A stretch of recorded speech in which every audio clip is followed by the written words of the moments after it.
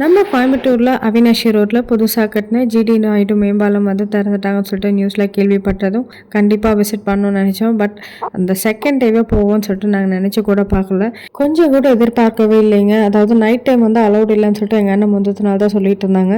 But அம்மாவோட birthday கொஞ்சம் லேட்டான கேட்டிக்கு நாங்கள் நைட் டைம் தான் ட்ராவல் பண்ண வேண்டியதாக இருந்தது. ரொம்ப சந்தோஷமான ஒரு மொமெண்ட்னே சொல்லாங்க.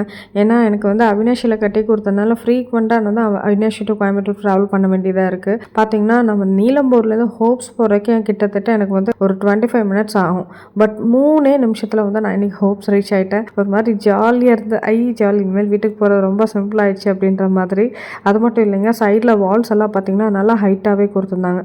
நிறைய பேர்த்து கோயம்புத்தூர் இன்ஸுக்கு தெரியும், நம்ம சுங்கமில் வந்து பார்த்திங்கன்னா ஒரு 2-3 ஆக்சிடென்ட் கிட்ட ஆச்சு. அந்த திருச்சி ரோடு பாலமில் வந்து நமக்கு கொஞ்சம் சேஃப்டி ஃபீச்சர்ஸ் கம்மியாக இருக்குன்ற மாதிரி சொல்லிட்டு இருந்தோம்.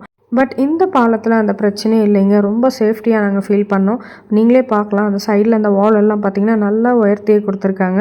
ரோட்டில் நம்ம ட்ராவல் பண்ணும்போது, அதாவது 2 வீலர் ட்ராவல் பண்ணும்போதே வந்து நல்லா நமக்கு வந்து ஒரு செக்யூர்டாக ஃபீல் பண்ணுவோம். அதாவது எந்த வித பயமும் இருக்காது. அண்ட் அந்த நேரோவான எட்ஜஸ், அதாவது அந்த கர்வெல்லாம் பார்த்திங்கன்னா எந்த வித பயமும் இல்லாமல் நீட்டாக பிளான் பண்ணி கட்டியிருக்காங்க. நாங்கள் போகிறப்பே வந்து நிறைய பேர் அந்த பாலத்துக்கு கீழே ஃபோட்டோஸ் எல்லாம் எடுத்துகிட்டு இருந்தாங்க. பார்க்குறக்கே ஹாப்பியாக இருந்தது. ஜெகஜோதியாக சிட்டி அப்படியே டால் அடிக்கிற மாதிரி செம்மையாக இருந்ததுங்க. ஆனால் இந்த ஹாப்பினஸ் எங்களுக்கு கொஞ்சம் நேரம் தான் இருந்தது. ஏன்னா இவ்வளோ தூரம் 3 நிமிஷத்தில் ஹோப்ஸ் வந்துட்டோம் இல்லையா, அந்த ஒரு ஹாப்பினஸில் வந்துட்டு இருந்தோம். பட் நவ இந்தியாவில் வந்ததுங்க டிராஃபிக். அதாவது இந்த 2 வீலரு, காரு, பஸ்ஸு எல்லாமே ஒரே இடத்துலையே வந்து நல்ல டிராஃபிக்கில் மாற்றிக்கிட்டோம். இந்த டிராஃபிக்குமே பார்த்திங்கன்னா வந்து நம்ம உள்ளூர் மக்கள் எல்லாருமே இந்த புது மேம்பாலத்தை எப்படி இருக்குன்னு சொல்லி பார்க்குறக்கும், இந்த ஒரு ஜேர்னி எக்ஸ்பீரியன்ஸ் பண்ணுறதுக்காக வந்த கூட்டம் தான் நிறையா இருக்குதுன்னு சொல்லிட்டு நான் ஃபீல் பண்ணுறேன்.